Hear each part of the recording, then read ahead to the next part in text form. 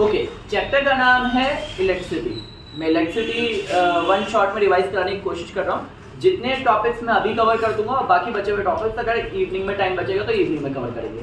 तो सबसे पहले हम इलेक्ट्रिसिटी को जब स्टार्ट करेंगे तो यहाँ पे कहानी स्टार्ट होती है सबसे पहले चार्ज से, ठीक है। और चार्ज का सिंबल है Q, ठीक है। नापा जाता है इसे कूलम में, डन। अब चार्ज को हम लोग देखेंगे तो हमें पता लगेगा जैसे कितने भी कूलम देगा, तो अभी हम थोड़ी देर के लिए एस्टिमेशन मान के डैश कूलम लिख देते हैं। अब उसके बाद चार्ज के बाद आएगा नेक्स्ट करंट।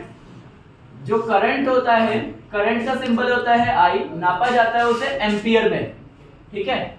अगर आप इसका फॉर्मूला देखोगे तो I बराबर Q बाय में T होता है फॉर्मूला। ये है करंट का बेसिक फॉर्मूला। अगर ये MCQ में आया तो बहुत सिंपल सा क्वेश्चन होगा। आपको तीन वैल्यू दिख रही है ना, I, Q और T। आपको सबको पता है ना, T नापा जाता है सेकंड्स में, चार्ज नापा जाता है कूलम में, करंट नापा जाता है एम्पियर में। आपको इन तीन में से कोई कितनी बातें देगा? सिर्फ कोई भी दो बातें देगा। हो सकता है आपको करंट दे दे 0.5 एम्पियर दे दे, चार्ज दे दे 300 कूलम दे दे, और तुमसे पूछे कितना टाइम लगा इसको फ्लो करने में। तो ऑब्वियस है, सबको दिख रहा है। तो टाइम डिवाइड में इधर जाएगा तो मल्टीप्लाई में, तो 300 अपॉन में 0.5 सॉल्व करोगे, पॉइंट हटाओगे तो मल्टीप्लाई में 10, 5 1 जा 5, 2 जा 2, 300 जा कितना हो जाएगा? 600। 600 क्या हो गया? ये सेकंड। ऑब्वियस है, एमसीक्यू में 600 सेकंड शायद ना लिखा हो, इसे कन्वर्ट कर रहा हो किसमें? मिनट्स में। तो आपको पता है कि मिनट्स में कन्वर्ट करने के लिए किससे डिवाइड करते हैं हम लोग? 60 से। तो 60 डिवाइड होके कितने मिनट्स आ जाएगा? हिसाब लगाओ, दिख रहा है साफ क्लियर?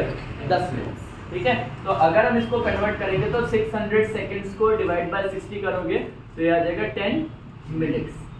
ये भी हो सकता है। तुम्हें भी पता है कि वो जानबूझ के एक डिराइव यूनिट दे देगा। ये स्टैंडर्ड यूनिट है सेकंड, वो स्टैंडर्ड यूनिट में आंसर ना देके डिराइव यूनिट में देगा। हो सकता है क्वेश्चन ही उल्टा दे दे। तो अब एक तो टॉपिक ये हो गया, तो टॉपिक नंबर 2 भी बता देता हूं मैं आपको, अगर इतना जाएगा। नेक्स्ट आता है इसका पोटेंशियल डिफरेंस का टॉपिक।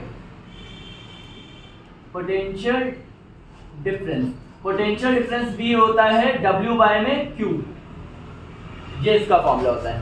पोटेंशियल डिफरेंस V को हम वोल्टेज भी कहते हैं, शॉर्ट में कहो तो वोल्टेज, और अगर टिपिकल प्रॉपर लैंग्वेज में इसको बोलो तो पोटेंशियल डिफरेंस बोलते हैं। पोटेंशियल डिफरेंस जो वोल्टेज निकालना है वो वर्क बाय में चार्ज होता है। वर्क आपको माना दे दिया 750 जूल, और आपको वोल्टेज निकालने को बोल रहा है, और चार्ज दे दिया आपको 15 कूलम।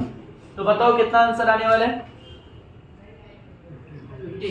काटोगे तो ये काटा 5 3 जा, और 5 1 जा 5, 5 5 जा 25, 0 3 1 जा 3 5 जा। तो आंसर आ गया, वोल्टेज कितना आ गया? 50 वोल्ट। समझ में आ रहा है? ये छोटे छोटे न्यूमेरिकल्स हैं, इनकी पॉसिबिलिटी थोड़ी सी कम है, मगर मैं समझा के रहा हूँ क्योंकि मैंने अभी आपसे बात करी। तो हम लोग जीरो से पढ़ रहे हैं, बिल्कुल जीरो मतलब स्टार्टिंग, वरना मैं डायरेक्ट ओम्स लॉ पे जाता, डायरेक्ट जाता, मगर वहां से रुका मैं।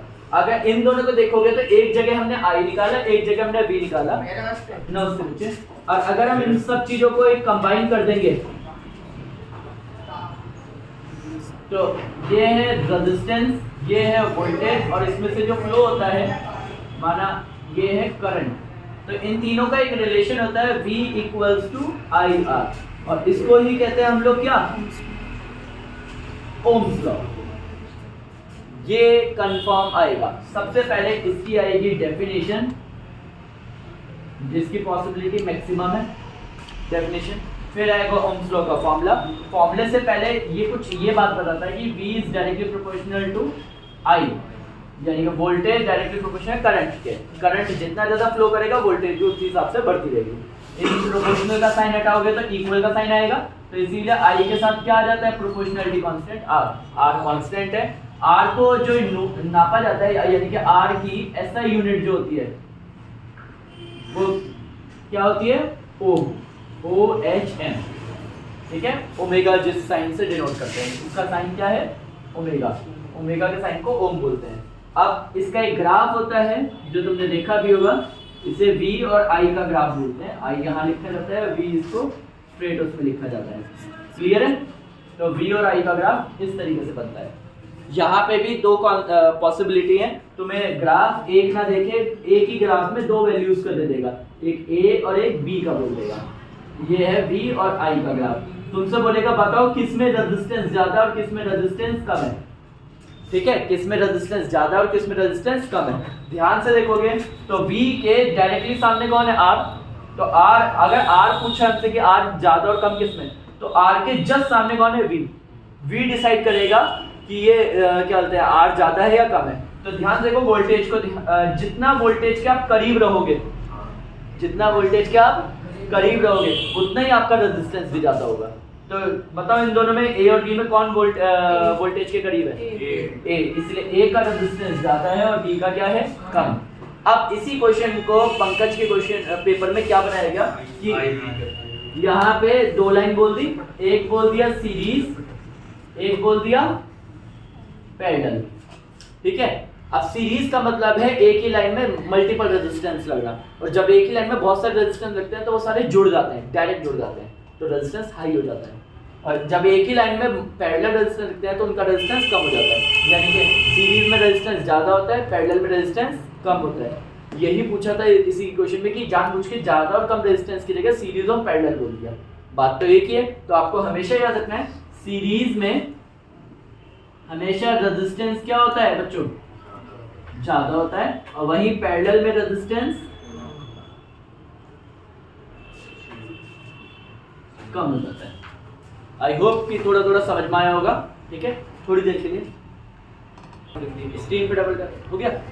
ओके, अब अगर हम लोग आगे का टॉपिक देखेंगे, सुनो सुनो, आगे का टॉपिक देखें, मैं काट दूंगा। अब तो अगर हम आगे का टॉपिक देखेंगे तो उसमें हम लोग नोटिस करेंगे रेजिस्टेंस के बेस पे क्वेश्चन आएंगे।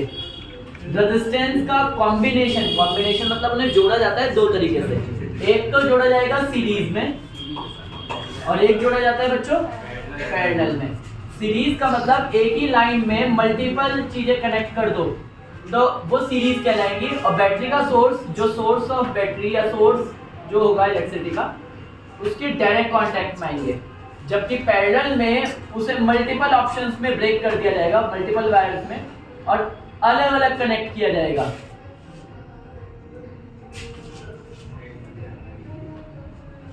ये होगा।